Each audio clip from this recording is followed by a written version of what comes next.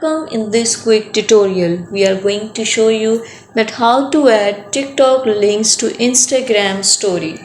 It's super easy and we will make sure you get it right. If you want to add any of the video or share your profile on Instagram, you have to click on the TikTok.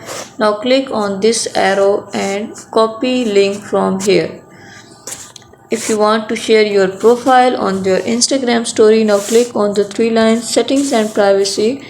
You have to scroll this bar and can see here option of share profile, copy link of your profile. Now click on the Instagram and open camera here, click on story, record any of the story or layout, click on this option will appear.